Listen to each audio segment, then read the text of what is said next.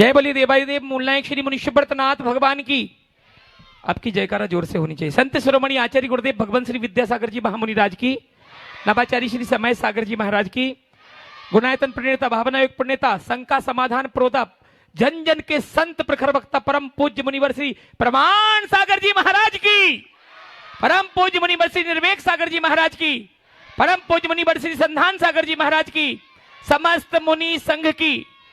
महानुभाव, जितने भी लोग घर बैठकर इस शंका समाधान को जिनवाणी चैनल के माध्यम से जो देख रहे हैं, सकल दिगंबर जैन समाज, मुनिष्यव्रतनाथ दिगंबर जैन ट्रस्ट समिति, महालक्ष्मी नगर एवं निकटवर्ती क्षेत्र समाज, उनका हार्दिक हार्दिक अभिनंदन और वंदन करती है। आइए महानुभाव, आज जिन लोगों ने गुणायतन से जुड़ने का ऑनलाइन ये सौभाग्य लिया है, मैं उनके नाम यहां पर 1 मिनट में बोलना चाहता हूं। श्री सूत्रधार के रूप में श्रीमान अशोक नारायण शालवी अपर्णा अशोक जी सड़वाली रत्नगिरी महाराष्ट्र ने आज सूत्रधार के रूप में गुणायतन से जुड़ने का एक बहुत बड़ा सौभाग्य। एक बार जोरदार करतल ध्वनि से उनका अभिवादन कर दीजिए। निर्माण मित्र में श्रीमान संदीप कुमार जी जैन, सुनीता जी, रोशनी जी, कोमल जी, सिडनी ऑस्ट्रेलिया से ऑनलाइन हमारे बीच में एक गुणायतन से जुड़े, एक बार इनका भी बहुमान कर दीजिएगा। महानुभाव, निर्माण निधि के रूप में श्रीमती लीलिमा जैन, श्री अविनाश फतेहपुरिया जयपुर वालों ने निर्माण निधि के रूप में जुड़ने का प्रयास किया है। एक बार करतल ध्वनि से उनका अभिवादन कर दीजिएगा। श्री विकास जैन, तरंग जैन, जेपी जैन दिल्ली, ये निर्माण निधि से जुड़े हैं, एक बार जोरदार तालियां बजाइए। श्रीमती कुसुमलता जैन, श्री दीपचंद जी जैन हैदराबाद निर्माण निधि से जुड़े हैं, इनके सम्मान में एक बार जोरदार तालियां बजा दीजिए। अमे अतुल उत्तरे कोहलापुर महाराष्ट्र से जुड़े हैं, एक बार इनके सम्मान में भी जोरदार तालियां बजाइए। श्रीमती नीतू हुकुमचंद जी जैन, नीलेश जैन, निशांत जैन टाटा नगर वाले इतबारी नागपुर, ये भी निर्माण निधि से जुड़े, एक बार इनके सम्मान में भी जोरदार तालियां बजा दीजिए।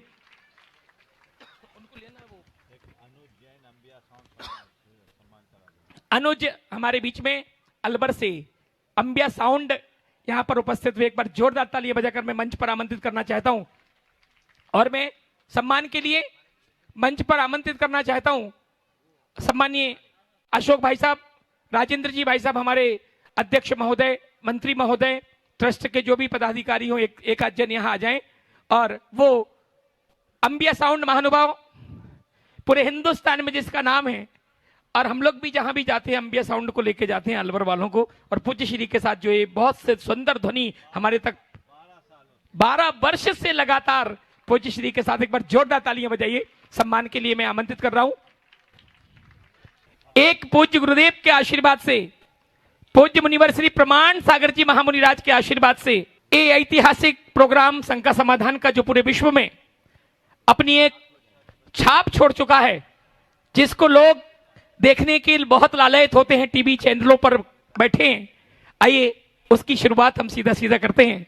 पूज्य मुनिवर संधान सागर जी महामुनि राज के पावन चरणों में नमोस्तु निवेदित करते हुए निवेदन कर रहा हूं कि आज के शंका समाधान को पूज्य श्री आप प्रारंभ करें। नमोस्तु भगवान, नमोस्तु भगवान, नमोस्तु भगवान। आशीष भैया, आशीष भैया के परिवार से माँ आशीष भैया, आशीष भैया का पूरा परिवार आ जाए, थोड़ी देर में भी 5 मिनट। हाँ ठीक है, तो अपन चलते हैं। आज आपके इस तुलसी नगर के ही भाग्य फिर से जागृत हुए, और जिनको आप चैनल पर सुनते हैं, आज उनको साक्षात आप अपने नगर में यहाँ पर रूबरू हो रहे हैं, उनके दर्शन करके ऐसे गुरुदेव के चरणों में।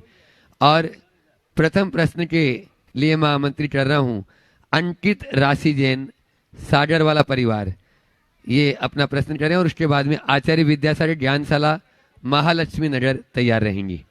हाँ, नमोस्तु महाराज श्री, हाँ, श्री चरणों में नमोस्तु महाराज श्री। मेरा प्रश्न है, आज के समय में जैसे हर कोई आईक्यू पे फोकस करता है, इंटेलिजेंट कोशेंट पे, बट आज के समय के सारे रिश्ते जो हैं वो पूरे ट्रांजैक्शनल हो चुके हैं। सो हर चीज में फायदा या नुकसान देखा जाता है। कोई भी इमोशनल कोशेंट ईक्यू पे फोकस क्यों नहीं करता। तो महाराज जी, ऐसे में अब आप अगर सही हैं, लेकिन खरबूजा कितनी देर खरबूजे को देख के रंग ना बदले, तो ऐसे में क्या करना चाहिए महाराज? देखिए, बहुत ही ज्वलंत प्रश्न है। आईक्यू के ऊपर सब फोकस करते हैं, ईक्यू के ऊपर कोई ध्यान नहीं देता है। और उसकी वजह है कि वर्तमान में पूर्णतः बौद्धिक विकास पर ही फोकस किया जाता है। जब तक हम बौद्धिक विकास के साथ भावनात्मक विकास को ध्यान में नहीं रखेंगे, ये समस्याएं बनी रहेगी। आज की शिक्षा प्रणाली में ये सब कुछ है ही नहीं। हमारी जो भारत की मूल अवधारणा थी शिक्षा के संदर्भ में, उसमें इन सब बातों को समायोजित किया जाता था और हम संयुक्त परिवार में रहते थे। प्रेम, परस्परता, आत्मीयता और सहजीवन जैसे उदात्त जीवन मूल्य हम लोगों में घुले मिले थे। तो इसके कारण ये भावनात्मक स्वास्थ्य अपने आप अच्छा हो जाता था। अब संयुक्त परिवार का अभाव हो गया, पश्चिमी जीवन मूल्य हम पर हावी होने लगे और पढ़ाई के संदर्भ में पूरी तरह मात्र बौद्धिक विकास को ही विकास माने जाने लगा और सब चीज उसी हिसाब से चलने लगी। लोग लाभ, हानि, फायदे, नुकसान के देखने लगे, अच्छा और बुरा को भूल गए। तो ये जीवन पूरी तरह से एक प्रकार से कैलकुलेटिव जैसा होने लगा। उसके परिणाम को भी हम देख रहे हैं। इसका ही परिणाम है कि सारे संबंधों में दरार आ रहे हैं और व्यक्ति डिप्रेशन और सुसाइड जैसे अटेम्प्ट के लिए उत्साहित होने लगा है। यदि व्यक्ति भावनात्मक रूप से सुदृढ़ हो तो उसके संबंध भी मधुर होंगे और जीवन भी सशक्त बनेगा। कोरा बौद्धिक विकास जीवन का वास्तविक विकास नहीं है। हमें बौद्धिक विकास के साथ साथ इस तरफ भी ध्यान देना चाहिए और उसके लिए सतत प्रयत्नशील रहना चाहिए। नमोस्तु महाराज। आचार्य विद्यासागर ज्ञानशाला महालक्ष्मी नगर प्रश्न करेंगे और उसके बाद में सुरेंद्र जी जैन सिंगापुर से आज अपने बीच में जो गुणायतन के ट्रस्टी हैं वे अपना प्रश्न गुरु चरणों में रखें। सभी महाराज जियों को नमोस्तु। छुल्लक जी को इच्छामी। मेरा प्रश्न देव शास्त्र गुरु की पूजन से है। जब हम लोग देव शास्त्र गुरु की पहली पूजन करते हैं तो उसमें हम पढ़ते हैं कि विद्यमान श्री 20 तीर्थंकर सिद्ध प्रभु जी के गुण गाऊं। तो इस लाइन में 20 तीर्थंकर का ही वर्णन क्यों किया गया है, जबकि तीर्थंकर तो 24 होते हैं, तो बाकी 4 तीर्थंकरों का वर्णन क्यों नहीं किया गया? बहुत सुंदर सवाल। ये कहाँ विराजमान है? देखो ये मेरी शंका का समाधान कीजिए। बहुत अच्छा सवाल किया है और ये बच्ची जो सवाल कर रही है मैं समझता हूँ ये पाठशाला के संस्कार का प्रभाव। आप पूजा करती हो? हाँ, इसलिए मैं कहता हूँ आप अपने बच्चों में संस्कार डालना चाहते हैं तो उन्हें पाठशालाओं से जरूर जोड़िए।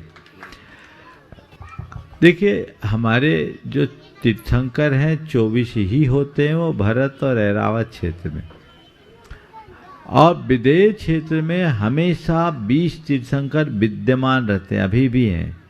महावीर भगवान तो यहाँ नहीं है ना, उनका तो मोक्ष हो गया, लेकिन विदेश क्षेत्र में कम से कम 20 तीर्थंकर हमेशा रहते हैं। 5 महाविदेह है, प्रत्येक विदेह में 4-4, तो ऐसे 5 महाविदेहों में 20। तो विदेह क्षेत्रस्थ उन 20 तीर्थंकरों की इसमें पूजा है जो वर्तमान में है सिमंदर आदि महाराज, इसलिए उनको विद्यमान 20 तीर्थंकर कहते हैं। समझ गए? चलो। सुरेंद्र जी जैन सिंगापुर गुणायतन ट्रस्टी और उसके बाद में कप्तान सिंह जी धाकड़ तैयार रहेंगे पूरी बिहार टीम के साथ में। बंधुओं, धर्म करने की सबको स्वतंत्रता होती है और चाहे जिस स्थिति में रहकर भी धर्म किया जा सकता है। ऐसे ही कप्तान सिंह जी धाकड़ जब से गुरुवर पूरा संघ इधर आया और उसके पहले से ही सागर से ही वो पूरा बिहार भी करवा रहे हैं और प्रतिदिन गुरु का दर्शन लाभ लेते हैं। ऐसे कप्तान सिंह जी धाकड़ जिनका आज जन्मदिन भी है, जोरदार तालियों से उनका स्वागत अभिनंदन कर दें। और साथ में ही बिहार टीम के जो अहर्निश गुरु सेवा में लगे रहते हैं, संत की सेवा में लगे रहते हैं, अपना प्रश्न गुरु चरणों में करें। और महावीर महिला मंडल महालक्ष्मी नगर तैयार रहेंगे। गुरुदेव के चरणों में बारंबार नमोस्तु नमोस्तु नमोस्तु। गुरुदेव, मेरे जीवन में ऐसे क्या पुण्य का उदय हुआ है जो हमारे बड़े भाई मानो या पिता समान मानो, हमारे हर्ष भैया, तृप्ति भाभी, इनने हमें इतना लाड़ प्यार दिया जिसकी कोई कल्पना भी नहीं कर सकता मैं। उनने बहुत अच्छा संस्कार भी दिए और उन्हें आप जैसे जैन मुनि के दर्शन करवाए और बोला गुरुदेव से जुड़ तू, आपके चरणों में मैं बारंबार नमोस्तु करता हूँ। इतना अच्छा लाड़ प्यार दिया और मैं आपको इसके साथ जोड़ा। आपको बहुत अच्छी बात है। तुम्हारा निश्चित पुण्य का योग है कि तुम सही व्यक्ति के यहाँ आए और सही जगह जुड़े। समझ गए? अब बस अपने मन में दिल संकल्प लो कि मुझे ये योग मिला है, मैं इसका अच्छे से अच्छा प्रयोग करूँ। हाँ सचिन। महावीर महिला मंडल इसके पहले महालक्ष्मी नगर और उसके बाद में नहीं पहले अच्छा हाँ, इनके साथ में ही जो रात दिन सेवा में लगे रहते थे, आज उनको मेवा भी मिला और जिनको आज नवदा भक्ति पूर्वक आहार दान कराने का सौभाग्य प्राप्त हुआ, ऐसे आपके ही इस नगर के गौरव सचिन भाई अपना प्रश्न गुरु चरणों में कर रहे हैं। उसके बाद महावीर महिला मंडल महालक्ष्मी नगर तैयार रहेंगे। सभी महाराज के चरणों में नमोस्तु। महाराज श्री, मेरा प्रश्न तो कुछ नहीं है, बस मेरे को ये बोलना है कि आज मेरे घर पे आपके चरण पड़े तो ऐसा लग रहा है कि बस मेरा जीवन उद्धार हो गया, खत्म। इसके बाद मेरे को कोई भी लाइफ में एक्सपेक्टेशंस नहीं है। बहुत बढ़िया। अभी आहार दिया, अब एक ही भाव रखो कि मैं आहार लूं, आशीर्वाद। चलिए बिल्कुल बिल्कुल, मैंने बोला ही था आज इनसे कि हम जा रहे हैं महाराज जी के साथ। बहुत बढ़िया। चलो, महावीर महिला मंडल महालक्ष्मी नगर और उसके बाद में भारत जी पाटिल अपने बीच में आज यहाँ उपस्थित है, वे तैयार रहेंगे। महावीर महिला मंडल महालक्ष्मी की ओर से समस्त गुरुवर के चरणों में बारंबार नमोस्तु नमोस्तु नमोस्तु। गुरुवर, जब हम कोई अच्छा कार्य करते हैं, किसी की मदद करते हैं या कोई बड़ी उपलब्धि हमें हासिल होती है और हमसे कहा जाए हाँ बोलिए कि तुम्हारे ही कारण ये सफलता मिली, तुम ना होते तो ऐसा नहीं होता, ऐसी तारीफों से हमारा मन बड़ा खुश हो जाता है। तो गुरुवर, मेरा यह प्रश्न है कि उस समय हमारे मन में जो खुशी आती है, वह खुशी अहंकार है या गर्व, इन दोनों में कैसे फर्क करें, और यदि अहंकार है तो उसे कैसे दूर करें? देखिए, स्वाभाविक है जब हमारे किसी कार्य के प्रति कोई हमें अपनी ओर से प्रशंसा करे, कृतज्ञता ज्ञापित करे, आभार प्रकट करे या उसका श्रेय प्रदान करे तो अच्छा लगता है, इसमें कोई हानि नहीं। ये हर्ष भाव है, इससे मैंने गर्व कहूँगा ना अभिमान। लेकिन इस हर्षातिरेक में फूल जाना और अपनी औकात को भूल जाना अभिमान है जो पतन कर देता है।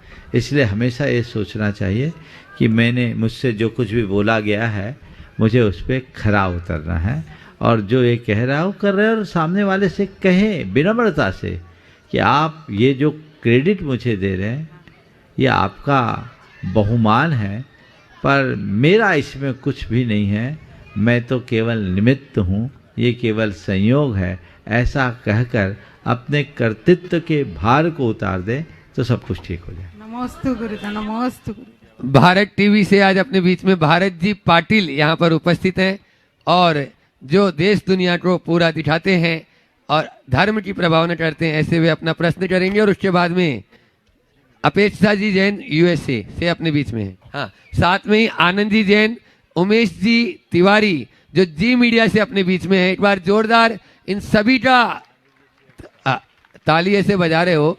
अरे, जैन धर्म की प्रभावना में ये अपना बहुत बड़ा योगदान दे रहे हैं और आगे भी देंगे। आपकी ताली यदि तेज बजेगी तो योगदान अच्छे से देंगे, बहुत तेजी से बजाएं। साथ में ही इनके साथ में अनिल जी सीए यहाँ पर उपस्थित हैं, वे भी गुरुवर के जो वचन हैं उनको जन जन तक पहुँचाने में अपना बहुत बड़ा सहयोग कर रहे हैं। इनके माध्यम से अपना प्रश्न करेंगे। ये जो गुरु जी के चरणों में भारत जी पाटिल भी प्रश्न करेंगे, उमेश जी तिवारी जी भी, और भी गुरु आदेश से। गुरु जी के चरणों में नमस्तु। मैं इंडिया टीवी से हूं और विशेष तौर पर आया हूं। आपसे काफ़ी समय से चाहता था कि आमने सामने मुलाकात हो और मैं पूछ सकूं, लेकिन सबसे बड़ा प्रश्न आज, क्योंकि जो अभी टेक्नोलॉजी के साथ हम चल रहे हैं, हम टेक्नोलॉजी का इस्तेमाल कर रहे हैं, लेकिन गुरुजी आज का सबसे बड़ा जो मुद्दा है वो ये है, लोग शिकार हो रहे हैं साइबर का हम जागरूक कर रहे हैं। मैं चाहता हूं कि आपके माध्यम से इनको जागरूक किया जाए कि ये डिजिटल अरेस्ट और तमाम ऐसे फ्रॉड जो हम अपने जो परिवार के साथ कहीं घूमने जाते हैं, अपनी पर्सनल डिटेल हम आजकल शेयर कर रहे हैं और उसी का इस्तेमाल करके लोग इसका शिकार कर रहे हैं। आप कैसे देखते हैं लोगों को कि लोग जो भोले भाले लोग हैं जो फंस जाते हैं, डिजिटल अरेस्ट का शिकार हो जाते हैं, अन्य साइबर का शिकार हो जाते हैं? देखिए, बहुत ही ज्वलंत सवाल आपने उठाया। ये बहुत ही दुर्भाग्यपूर्ण और चिंताजनक बात है कि आजकल इस तरह के साइबर क्राइम या डिजिटल अरेस्ट जैसी दुष्प्रवृत्तियां बहुत तेज़ी से बढ़ रही।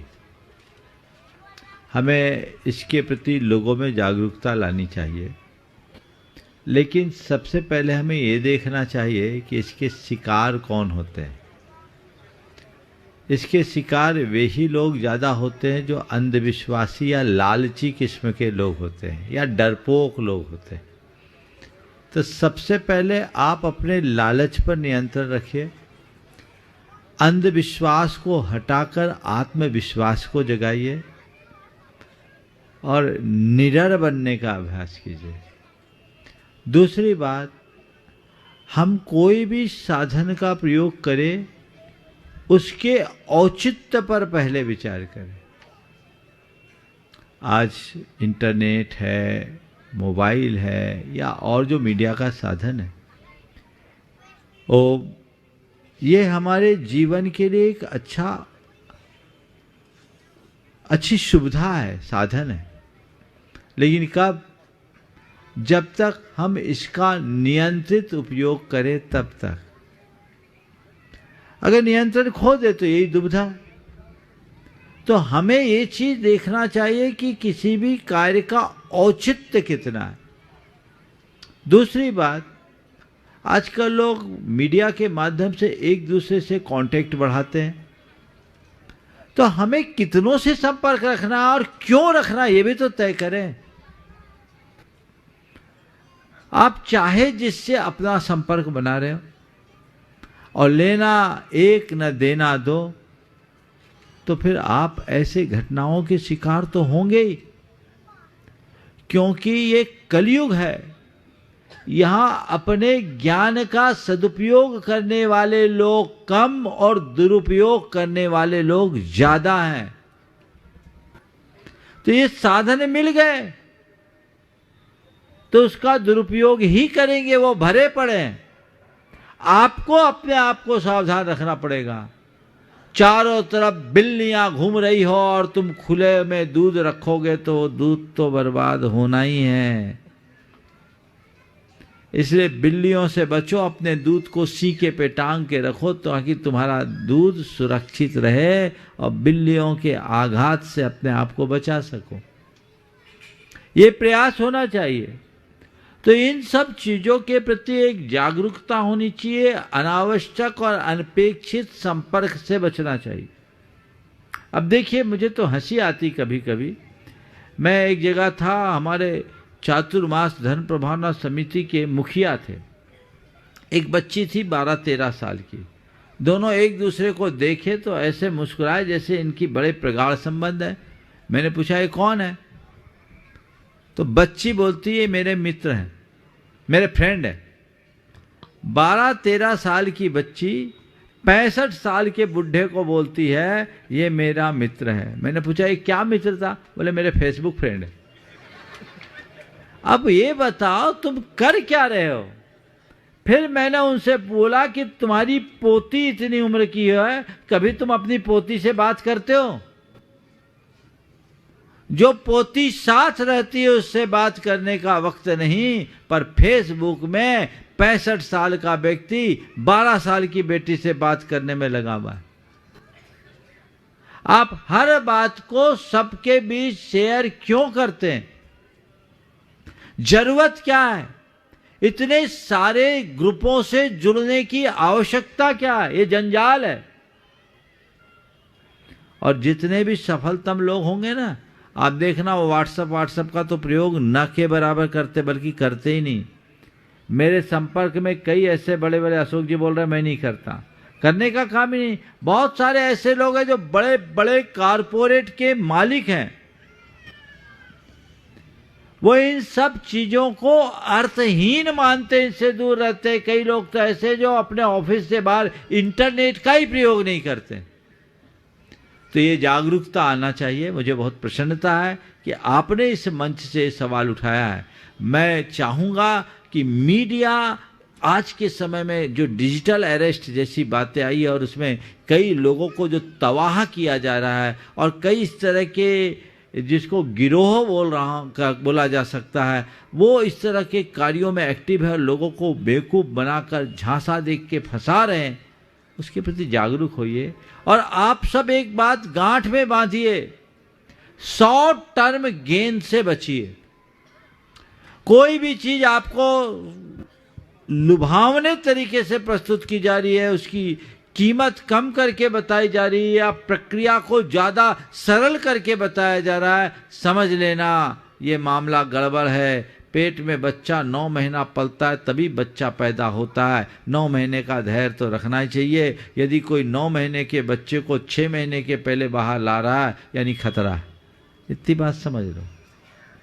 प्रोसेस के अगेंस्ट आप क्यों जा रहे हैं? आप पढ़े लिखे लोग हैं।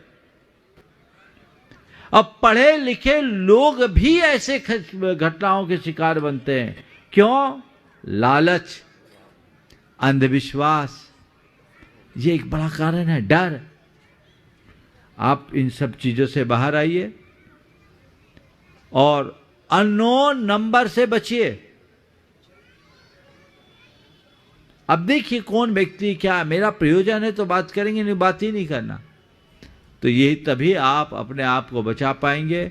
नहीं तो कई लोगों के साथ बहुत बड़े बड़े हादसे हुए हैं और उनका जीवन तबाह हुआ है। आए दिन मीडिया के माध्यम से ये सूचनाएं आप लोगों तक मिलती है, तो इसके लिए जागरूकता तो होनी ही चाहिए। हाँ भारद्वाज जी। हाँ अपेक्षित गुरुवर के श्री चरणों में मेरा बारंबार नमस्कार है। मेरा नाम उमेश भारद्वाज है गुरुवर, और मैं इंदौर में एबीपी न्यूज के लिए पत्रकार हूँ। एक छोटा सा प्रश्न है, 2 लाइन से शुरू करूंगा। ये पहले एक गाना लोग सुनते थे, एक फिल्म का गाना था कि थोड़ा है थोड़े की जरूरत है, और उसके बाद एक चौपाई भी है कि गुरुवर इतना दीजिए जामे कुटुंब समाए, मैं भी भूखा ना रहूं और साधु भी भूखा ना जाए। तो गुरुवर संतोष की जो परिभाषा है, क्या हर मनुष्य उसको समझ पाया है? और क्या वाकई में संतोष हर व्यक्ति के लिए अलग है? क्या मेरे लिए संतोष अलग है? क्या किसी और के लिए संतोष अलग है? और अगर है तो उसकी परिभाषा क्या है? ये एक गूढ़ प्रश्न है, यक्ष प्रश्न है, जिसका मैं चाह रहा हूं आपके माध्यम से मुझे भी उत्तर मिले, मैं भी उससे संतुष्ट रहूं और जो लोग सुन रहे हैं उनको भी ये उत्तर जो है मिल सके। देखिए, संतोष हमारे जीवन का एक बहुत बड़ा गुण है और संतोष एक बहुत बड़ी उपलब्धि भी है। इसे कई रूपों में परिभाषित किया जा सकता है। आज के समय में जब कभी भी हम संतोष की बात करते हैं, मैं अक्सर कहता हूँ प्राप्त को पर्याप्त समझो। तो आज के युवा कहते हैं महाराज फिर हमारी ग्रोथ कैसे होगी, हम तो वहीं थम जाएंगे। मैं सभी को आज के संदर्भ में संतोष के व्यवहारिक रूप की बात इस तरीके से बताता हूँ कि संतोष का मतलब ये नहीं कि तुम हाथ पर हाथ धर के बैठो, आगे बढ़ो, प्रयास करो, पर परिणाम को लेकर परेशान मत हो। यह भी एक संतोष का रूप। मेरे हाथ में एफर्ट है, रिजल्ट नहीं। मुझे जो करना है मैं पूर्ण प्रयास करूं, पर मेरे पर्याप्त प्रयास के बाद भी जो परिणाम आए उसे सहज भाव से स्वीकार कर लूं। यह भी एक संतोष है। आज के मनुष्य की दुर्बलता यह है कि परिणामों में संतोष नहीं करता, इसलिए व्याकुल होता है। वो जो कुछ भी करता है, उसे जो भी अर्जित होता है, जो उपलब्धियां होती है, उससे उसको संतुष्टि नहीं होती और वो फिर अंतहीन दौड़ में दौड़ता चलता है।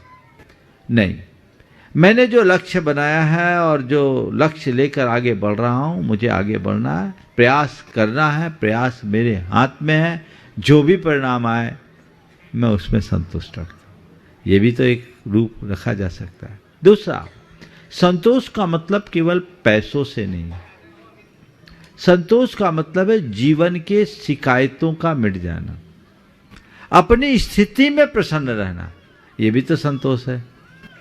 आज व्यक्ति खुद से असंतुष्ट है, खुद की व्यवस्थाओं से असंतुष्ट है। आप जो आपके पास है, जैसा आपके पास है, जिस स्थिति में आप हैं, आप उस स्थिति में संतुष्ट रहें, तो ये भी एक रास्ता। आनंद जी जैन अपना प्रश्न कर रहे हैं, वे भी मीडिया से जुड़े हैं। तब तक धर्म प्रभावना समिति के अध्यक्ष और दिलीप जी गोदा जी, अशोक जी, हाँ, और हर्ष जी वहाँ पहुँच जाए, और यहाँ के कमेटी के अध्यक्ष मंत्री जी भी, उन सभी का सम्मान वहाँ पर जाकर वहीं पर स्थान पर कर देंगे, ताकि समय भी बचेगा। और आप लोग एक बार जोरदार तालियों से फिर से इनका स्वागत, अभिनंदन करें। हाँ आनंद जी, उसके बाद में अपेक्षा जी जैन जो एक और है। हाँ, अच्छा, इनका हो जाए। हाँ ठीक है। मेरा थोड़ा सा धार्मिक प्रश्न है कि जो तीर्थंकर होते हैं, तो तीर्थंकर की जब आयु समाप्त होने वाली होती है, तो उनको क्या पहले से पता होता है कि योग निरोध हमें कब करना चाहिए, या उनको केवल ज्ञान से पहले से पता होता है कि उनकी आयु समाप्त होने वाली? देखिए, तीर्थंकर परमात्मा की जो चेष्टाएं होती है, केवल ज्ञान से पूर्व तक तो वो बुद्धिपूर्वक कार्य करते हैं। केवल ज्ञान हो जाने के बाद वो मन के पार चले जाते हैं, तो इसलिए उनकी कोई भी क्रिया बुद्धिपूर्वक नहीं होती, सब कुछ सहज और निष्प्रयास होता है, वह केवल नियोगता होता है, समझ गए? तो उनका सारा प्रयास एक नियोग बना रहता है और नियोग के अनुरूप काम करता है। नमस्ते। हाँ, आप भी पूछेंगे? हाँ, एक बार पहले प्रश्न हो जाने दीजिए, फिर करिएगा। महाराज जी के चरणों में नमोस्तु नमोस्तु। महाराज जी, आज आपका सानिध्य प्राप्त हुआ है, और हमारा कोई शंका, ऐसा कोई शंका नहीं है, बस आपके आशीर्वाद के लिए आए हैं, और आशीर्वाद अपने साथ साथ अपनी बहन के लिए भी आशीर्वाद मांग रहे हैं। हमारी बहन जो है एक सीवियर प्रॉब्लम से गुजर रही हैं, कैंसर से गुजर रही हैं, और एक एडवांस स्टेज पे हैं। बस आपसे प्रार्थना कर रहा हूं, बहुत बहुत आशीर्वाद है, आपका आशीर्वाद बने, जल्दी स्वस्थ होकर। और अपनी बहन जी को बोलिए भावना योग का प्रयोग करे, नियमित भावना योग का अभ्यास करे, तय मान करके चलिएगा, उन्हें जरूर लाभ मिलेगा। जी महाराज जी, नमस्ते। हाँ, समिति के पदाधिकारीगण और धर्म प्रभावना समिति दोनों ही वहां पर स्वागत अभिनंदन कर रहे हैं। और इधर मैं बुला रहा हूं जो अपने बीच में डेलास अमेरिका यूएस से अपेक्षा जी जैन यहाँ पर उपस्थित है, वे अपना प्रश्न गुरु चरणों में रखे, माइक वहां तक पहुंचाएं जल्दी से। और मैं देख रहा हूँ कि आशीष जी जैन का परिवार पूरा आ चुका है, बस वह परिवार अब तैयार रहे। पूज्य गुरुदेव के चरणों में मेरा बारंबार नमोस्तु नमोस्तु नमोस्तु। मैं अपना प्रश्न पूछूं इससे पहले गुरुदेव, मैं आपको बताना चाहती हूँ कि वहाँ का जो जैन समाज है, वहाँ पे प्रामाणिक ऐप्स बहुत सारे लोग यूज़ करते हैं, और हम लोग उसके थ्रू जब हमें टाइम मिलता है, जैसे वक्त मिलता है, हम सब अपना शंका समाधान देखते हैं और अपने प्रश्न भी उसमें देते हैं। मेरा आज का प्रश्न आपके लिए है गुरुदेव कि वहाँ पे जो लाइफस्टाइल है, हम सब लोग एक दिन पुराना खाना या जैसे भी खाना हम लोग से मैनेज हो पाता है वो करते हैं, पर उसके दुष्प्रभाव सबको पता नहीं है कि वो हमारे शरीर को किस तरह से इम्पैक्ट करेंगे, हमारे माइंड को किस तरह इम्पैक्ट करेंगे। तो अगर आप हमें मार्गदर्शन दें कि कैसे हम अपना संतुलन बना सके, डिसिप्लिन रख सकें और अपने चारित्र और आचरण को उस तरह से निभा सकें कि हम अच्छा खाना खाएं, शुद्ध भोजन खाएं। देखिए, बहुत अच्छी बात आपने की है। हमारे जीवन में हमारे भोजन का महत्वपूर्ण स्थान है। अपने यहाँ तो एक कहावत है, जैसा खावे अन्न वैसा होए मन, जैसे पीवे पानी वैसी होए बानी। और हम अपने जीवन में जो कुछ भी करते हैं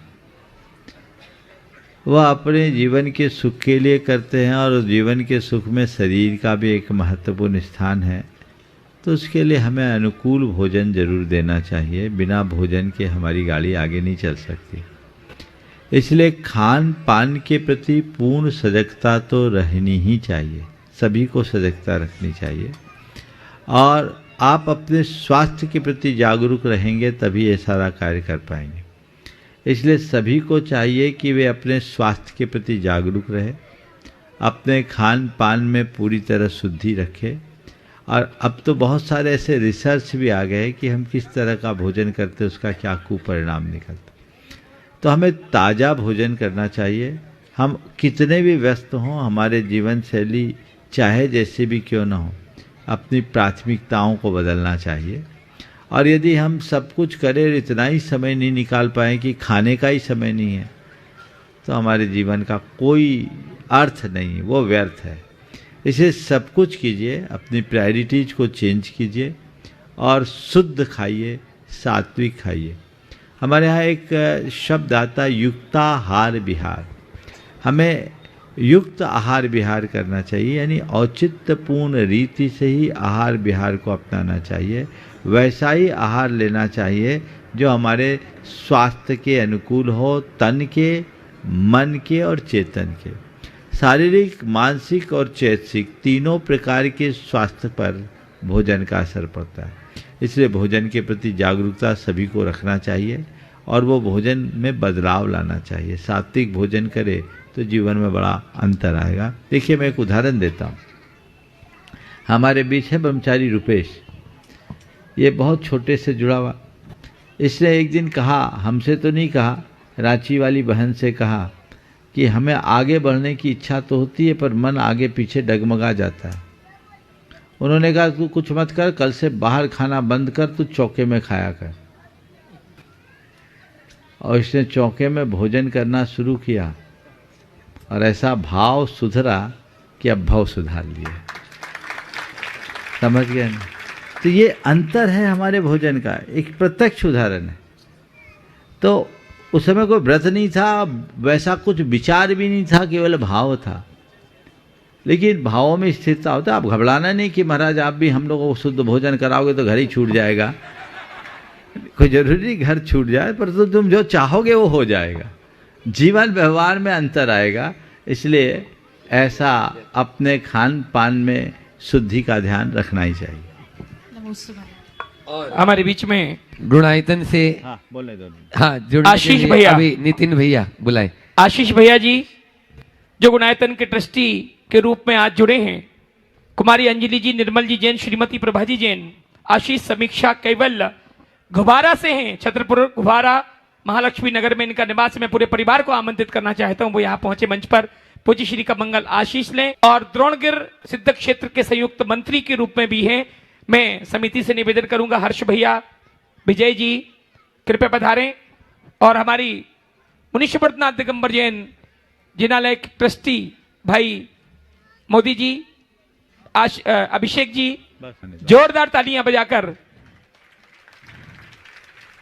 बहुत सुंदर, एक बार सब लोग जोरदार तालियां बजाकर अभिवादन करें। ओ देखिए, आगे का क्रम बढ़े उससे पहले आज मुझे बहुत प्रसन्नता हो रही है इस मंच में आने के बाद। जैसे ही हमने शंका समाधान करना शुरू किया, नितिन भैया मेरे कान में आकर के एक भाव व्यक्त किए कि महाराज जी, आज मेरी इच्छा है कि मैं भी गुणायतन का फाउंडर मेंबर ट्रस्टी बनूं। और उन्होंने कहा कि महाराज मैं उसकी पहली किस्त भी आज ही देना चाहता हूँ। बंधुओं, हम बहुत सारे त्यागी और विद्वान समाज में हैं, लेकिन त्यागी होने के साथ साथ दान का भाव रखने वाले लोग बहुत कम होते हैं। तो आज इन्होंने ये भाव व्यक्त किया है। इनके पिताजी, इनका पूरा परिवार यहाँ है, सब यहाँ आ जाए। और मैं चाहता हूँ इस त्यागी का अभिनंदन त्यागी से कराऊं। और हमारी बहन सुनीता जो गुणायतन की शिरोमणि संरक्षक है, वो आकर के नितिन भाई का अभिनंदन करेंगे और उनका साथ देंगे ब्रह्मचारी सुरेश और राजेश। चलिए परिवार को बुला लो। हाँ है, पापा जी हैं तुम्हारे? हेलो, एक बार जोरदार अभिनंदन कीजिए। अनिल भैया और अमित हो यहाँ, बिंदु, सीमा, जो भी यहाँ हो आ जाए। पूरा परिवार, नितिन भैया का पूरा परिवार आ जाए। आप लोगों के यहाँ पूरा जो मंदिर बना है नींव से शिखर तक और पंच कल्याण उसका हुआ, उसमें भी इनका बहुत बड़ा योगदान हुआ। इसीलिए यहाँ के परम संरक्षक भी हैं और आज गुणायतन के ये संस्थापक सदस्य अन्य गुरुदेव के चरणों में, गुरुदेव के चरणों में इन्होंने काफी अच्छा विभिन्न परियोजनाओं में अपना योगदान दिया है। आप लोग जोरदार जोरदार अभिनंदन करो। दो ओ हाँ दो, इनको ये भी दो वो भी देना। हाँ चलो पहले ये दो, पहले ये मेरे को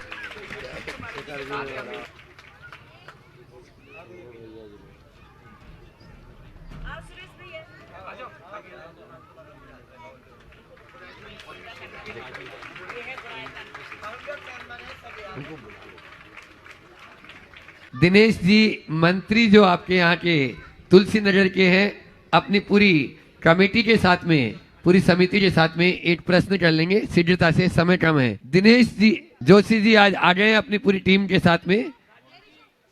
राजीव जी पार्षद वो भी यहाँ पर मैं देख रहा हूँ सामने उपस्थित है। महेश जी जोशी जी आगे आ जाए। दिनेश जी प्रश्न करो, समय कम है। पूज्य गुरुवर जनों के चरणों में बारंबार वंदन। नमोस्तु भगवान, नमोस्तु। पूज्य गुरुवर, मेरा परम सौभाग्य है कि तुलसी नगर जिनालय की निर्माण प्रक्रिया में प्रथम सीढ़ी से लेकर आज तक जो भी सब कार्य हुए हैं, आयोजन हुए हैं, उनमें निकटता के साथ सहभागिता का मुझे परम सौभाग्य मिला है। और इस दौरान हम सभी ने सभी अवसरों पर बार बार निरंतर ये महसूस किया है कि इस जिनालय में विभिन्न कार्यों को करने के दौरान बहुत सी कठिनाइयाँ आई, लेकिन वो सब कठिनाइयाँ और कार्य बिल्कुल निर्विघ्नता से और शीघ्रता से पूर्ण होते गए। जो कहा जाता है कि रातों रात सपने पूर्ण हो जाते हैं, लेकिन हमने देखा है कि सपने जो है मैं थोड़ा जल्दी समेट लीजिए। हाँ, दिन के दिन में ही, मतलब रात भी नहीं हो पाती थी और कार्य पूर्ण हो जाते थे। तो मेरा प्रश्न भगवान आपसे ये है कि इस जिनालय की भूमि, प्रतिमा जी और जिनालय में आपका पहला प्रवास तो बहुत संक्षिप्त था, लेकिन इस प्रवास के दौरान आपने क्या महसूस किया? वाकई यहाँ किस प्रकार का अतिशय आपको महसूस होता है? देखो, मंदिर का अतिशय क्या है, इसका अंदाज मंदिर के भक्तों से दिख जाता है। जिस नगर, गांव और समाज के लोगों में उत्साह दिखे, समझ लो वहाँ बाबा का चमत्कार है। आप लोग अपना उत्साह बनाए रखिए, चमत्कार चलता रहेगा। महाराज जी, बस मेरा एक छोटा सा क्वेश्चन है कि जो भी शंका समाधान या जो भी सुबह से हम लोग पारस चैनल पे कार्यक्रम देखते हैं, शांति धारा देखते हैं, अभिषेक देखते हैं पूरे देश में, तो घरों में हम लोग कई बार अव्यवस्थित रहते हैं, यानी कपड़े भी अशुद्धि के पहने हैं, कोई चाय ले आया तो चाय भी पी रहे हैं और वार्तालाप भी कर रहे हैं, फोन आ गया तो फोन पे तेज आवाज में ध्वनि में बात करने लगे। तो छोटी छोटी चीजों में ये ध्यान नहीं रहता है कि टीवी पे अभिषेक शांति धारा चालू है और हम लोग फोन पे तेज आवाज भी बोल रहे हैं, कुछ अपशब्द भी बोल देते हैं, चाय भी पी लेते हैं, इधर से उधर निकल रहे हैं, वो बातें। तो इससे पाप लगता है या पुण्य का बंध होता है? ये हमें जागरूकता रखनी चाहिए। बहुत अच्छा, बस जागरूकता रखनी चाहिए। बहुत अच्छा सवाल आपने किया है। मैं आप सबसे कहूँगा कि घर में चैनल पे आने वाले धार्मिक आयोजनों को एक प्रोग्राम की तरह मत देखिए, उसे एक अनुष्ठान की तरह देखिए। आपको सच्चा पुण्य लाभ लेना है घर बैठे, तो लगभग सबका शेड्यूल तय रहता है।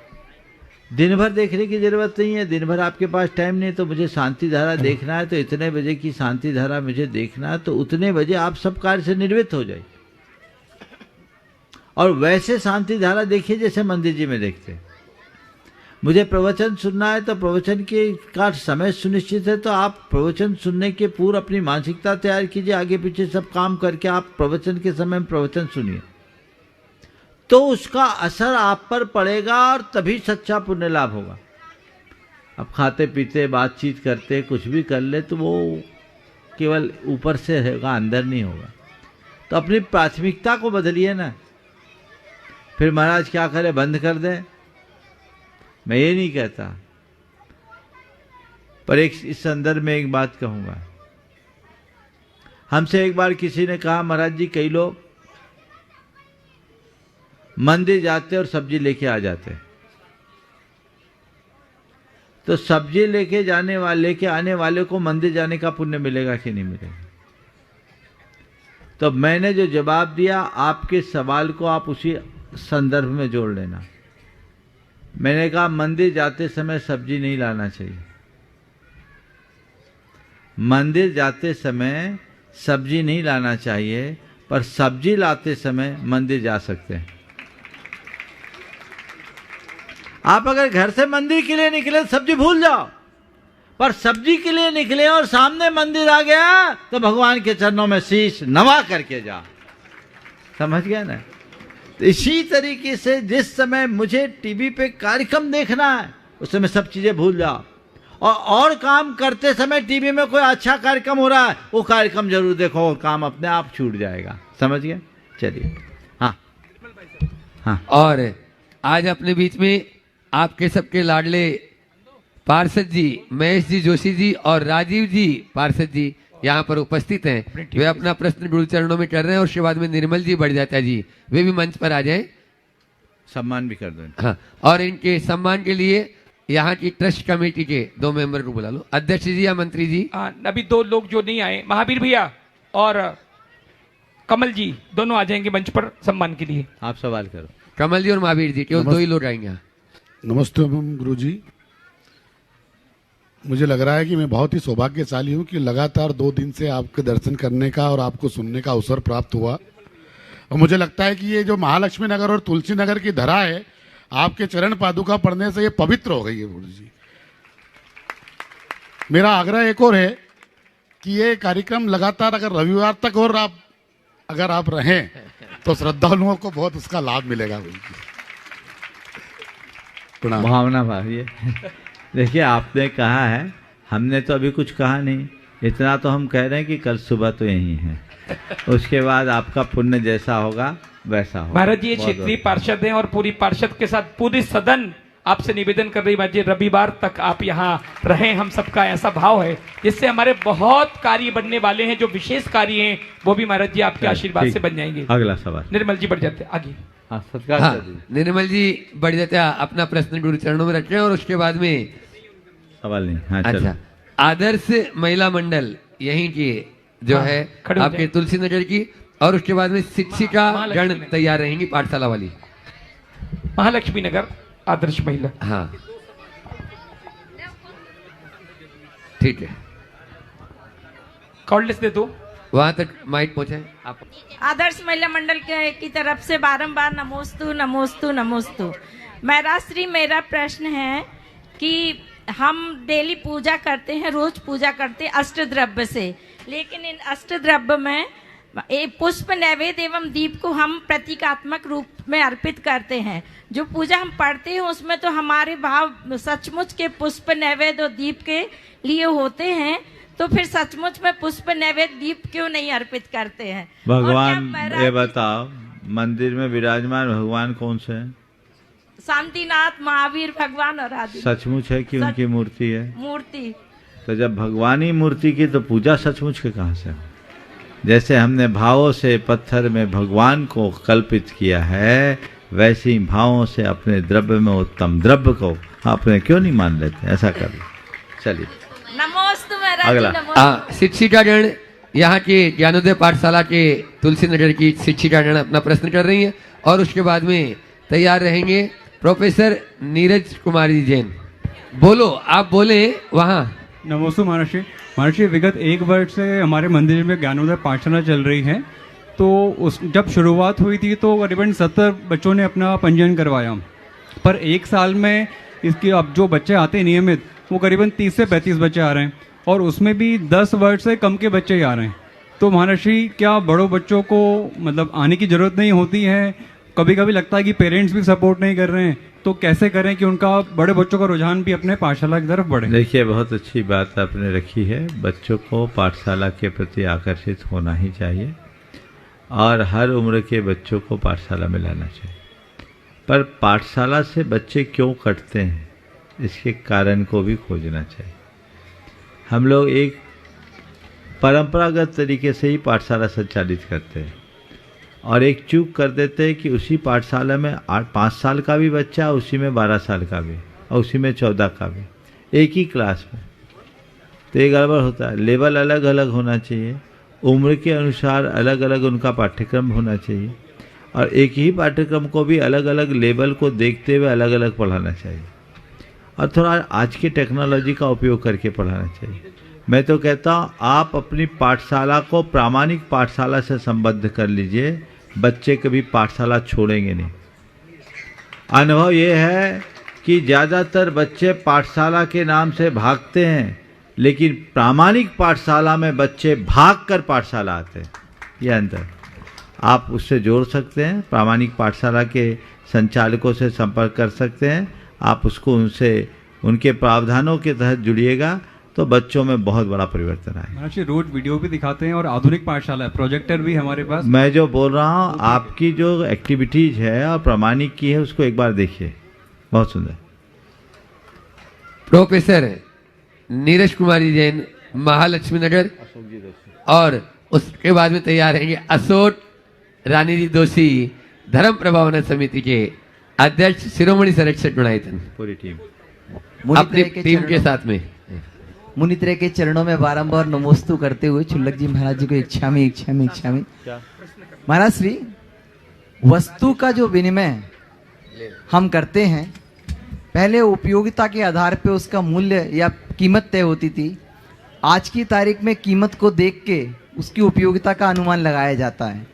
सिमिलरली विवाह के संबंध में पहले गुणों का देखा जाता था और आज की तारीख में पैकेज और उसका एस्टेब्लिशमेंट और उसका भौतिकवादी जीवन देखा जाता है। महाराज जी एक बात और है, संबंध जो सामाजिक संबंध होते हैं उसमें हम पहले सामाजिक मूल्यों और सामाजिक सरोकारों को देखते थे और आज की तारीख में इनमें ये देखा जाता है कि इस संबंध को निभाने में या इस व्यवहार को करने में मेरा क्या हित हो सकता है, उनसे रिलेशन मेंटेन करना चाहिए कि नहीं करना चाहिए। महाराज ये 3 चीजें लगातार बढ़ती जा रही हैं और ये शायद इसके मामले में आप हमारा समाधान करें कि कैसे। इसकी एक ही वजह है, वह है कंज्यूमरिज्म का विस्तार। उपभोक्तावादी सोच ने अब प्रेम और आत्मीयता को एक तरफ कर दिया, आवश्यकता और उपयोगिता को सामने लाकर खड़ा कर दिया। और जब ये ऐसी सोच हम पर हावी होती है तो बाकी सब चीज़ें छूट जाती हैं।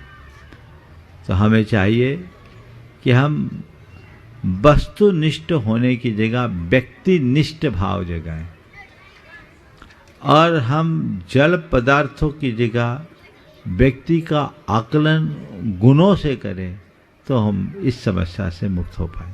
नमस्कार। हाँ, अशोक जी दोषी जी अपनी पूरी टीम के साथ में, और उसके बाद में तैयार रहेंगे महालक्ष्मी नगर की पूरी कमेटी, राजेश जी जैन सासा अध्यक्ष जी नेतृत्व में। मुनि संघ के चरणों में सशत वंदन, छुल्लक जी को इच्छा में। महाराज श्री, पहले तो निवेदन है ओम। पहला निवेदन तो यह महाराज श्री की अभी 2024 का करीब करीब अंतिम दौर चल रहा है, तो हम चाहते हैं एक भावना योग करके इंदौर के लेवल पे कहीं भी आप करवा दें, जो अंतिम इस साल का भावना योग होगा। वैसे तो भावना योग बहुत हुए हैं, लेकिन फिर भी सबकी इच्छा है, धर्म प्रभावना समिति की इच्छा है, शहर के समाज की इच्छा है कि एक भावना योग का कार्यक्रम अंतिम 2024 का करवा दें लास्ट। दूसरा निवेदन ये है महाराज जी, 1 जनवरी 2025 आ रहा है और अभी मुनि पुंगव सुविधा सागर जी ने बोला है कि अगर आपको सही नया साल मनाना है तो भगवान और गुरु और माता पिता या परिवार के साथ मनाएं। तो अगर आप गोमरगिरी पे 1 तारीख को रहते हैं तो भगवान है, गुरु है और हमारा परिवार है और अभिषेक भी साथ में है। इसी के साथ एक निवेदन ये है कि जनवरी में ही महाराज श्री, चूँकि मैं 52 गजा से जुड़ा हूँ, तो पुत्र के अभिषेक 1 जनवरी को और 28 जनवरी को पिताश्री के हैं। मेरे मोक्ष है भगवान आदिनाथ स्वामी का 52 गजा जी में। अगर आप पधार सके तो जनवरी में ही 2 रिकॉर्ड बन जाएंगे कि पिता पुत्र दोनों के अभिषेक आपके सानिध्य में हुए हैं। ये महाराज श्री निवेदन में प्रश्न थी। अच्छा, अभी प्रश्न चालू नहीं हुआ। हाँ, अब तीसरा सवाल जल्दी कर लो। हाँ। तीसरा निवेदन महाराज श्री ये है कि सब लोग हमको 9 रत्न बोलते हैं, लेकिन हम तो क्या नकली रत्न रखते हैं। असली रत्न आपके पास 2 और 5, 6 और 2 आज जिन्होंने कैसलोज किए हैं, ये 9 रत्न आपके असली रत्न है। हाँ 9 हो गए ना पूरे भैया? हाँ हाँ हाँ। तो ये असली आपके 9 रत्न हैं। हम तो केवल चातुर्मास के रत्न थे। तो ये असली और नकली में क्या फर्क है, ये भी थोड़ा सा आप बताएं। देखिए बहुत अच्छी बात है। पहले तो आपने सवाल किया है, निवेदन किया है, अब हो गया, आप प्रश्न में करो, दूसरी टीम खड़ी है, अब बाकी प्रश्न को लंबित रखो, आपके प्रश्न बहुत रोचक होते हैं। आपने जो आज निवेदन किया है, पहला निवेदन भावना योग का, अगर हमारी अनुकूलता बनी तो भावना योग जरूर होगा। 1 तारीख को मस्तकाभिषेक की बात आप लोगों ने की, गोमटगिरी की कमेटी निरंतर उसके लिए आग्रह कर रही है। मैं 1-2 दिन में जैसे अपने आगे के कार्यक्रम होंगे, अगर अनुकूलता होगी तो हो सकता है 1 जनवरी गोमटगिरी में ही संपन्न हो जो भी कार्यक्रम हो। उसके बाद पिताश्री के और पिताश्री के लिए थोड़ा समय लगाने दो, अभी सब बातें एक साथ नहीं। और जहाँ तक नवरत्न की बात है, असली और नकली, हम तो चाहते असली अच्छे हैं, और आप लोगों को ये लगता है कि ये असली है तो आ जाओ ना, यहाँ बिठा देंगे। वहाँ तो तुम्हें कुछ लगाना पड़ा, यहाँ लगाना भी नहीं पड़ेगा, समझ गए, बिना लगाए लग जाओगे, इसलिए असली में आ जाओ, समझ गए। इसलिए मैं कह सकता हूँ अगर आपको ये असली दिखते हैं तो यहाँ आने के लिए सबका स्वागत है। पर मैं कहता हूँ नकली को तो मैं ऐसे ही पसंद नहीं करता, सुधार देता हूँ। ये महाराज के 9 रत्न हैं तो जे दरबार के रतन बन जाओ, उसमें भी कोई बात नहीं है। चलिए, सूट तिटाड़ी है महालक्ष्मी नगर की पूरी कमेटी, और उसी में जैन वीर सेवादल महालक्ष्मी नगर, वो भी उसी में खड़े हो जाएंगे। नमोस्तु महाराज जी, नमोस्तु। 30 सेकंड है, जल्दी बोलो। जी महाराज जी, मेरा तो एक ही निवेदन है कि 2 दिन का प्रवास महालक्ष्मी नगर को मिले, शनिवार और रविवार, और बाकी क्वेश्चन मेरे बेटे का है। जल्दी। हाँ नमोस्तु महाराज जी,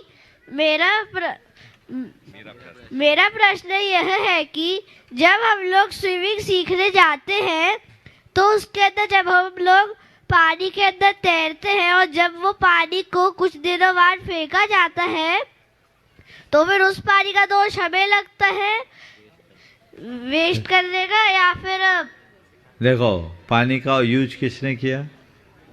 हमने। तो दोष किसको लगेगा? हमें। इसलिए 1 बाल्टी में नहाओगे तो कोई दोष नहीं, पूरे स्विमिंग पूल में नहाओगे तो। और अगर पानी नहीं हुआ तो स्विमिंग कैसे सीखेंगे? तो जाके नदी में जाके स्विमिंग करो ना, नेचुरल में। देखो स्विमिंग सीखना है, एक एक्सरसाइज है, पर इतना तो ख्याल रखो कि इसमें दोष तो लगता ही है, इसलिए आज आपको बचाना चाहिए। वैभव नगर समाज भी आज महाराज के चरणों में निवेदन करने आई है। महाराज निवेदन कर लो जल्दी। हाँ, इधर दे दो। आधा मिनट बची।